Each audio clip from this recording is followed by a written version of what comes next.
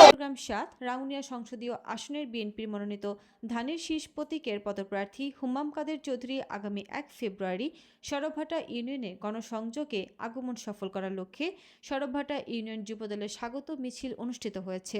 শুক্রবার বিকেলে সরবভাটা ইত্যাদি চত্বর প্রাঙ্গণ থেকে শুরু হয়ে বিভিন্ন গুরুত্বপূর্ণ সড়ক ও এলাকার প্রদক্ষিণ শেষে সংক্ষিপ্ত পথসভার মাধ্যমে শেষ হয়।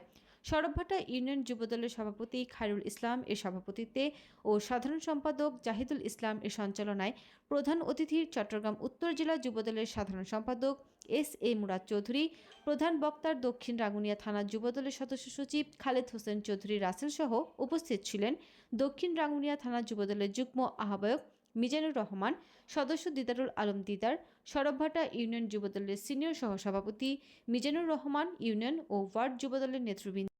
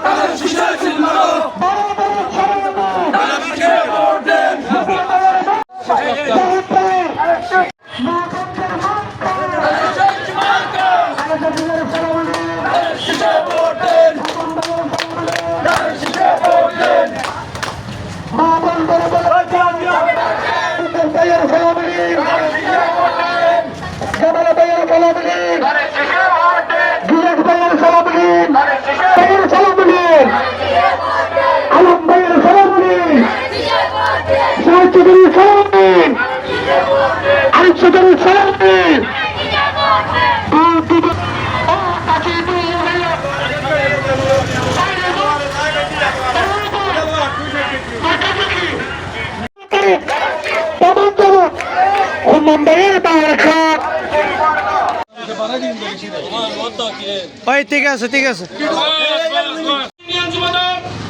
এবং অঙ্গ সংগঠনের পক্ষ থেকে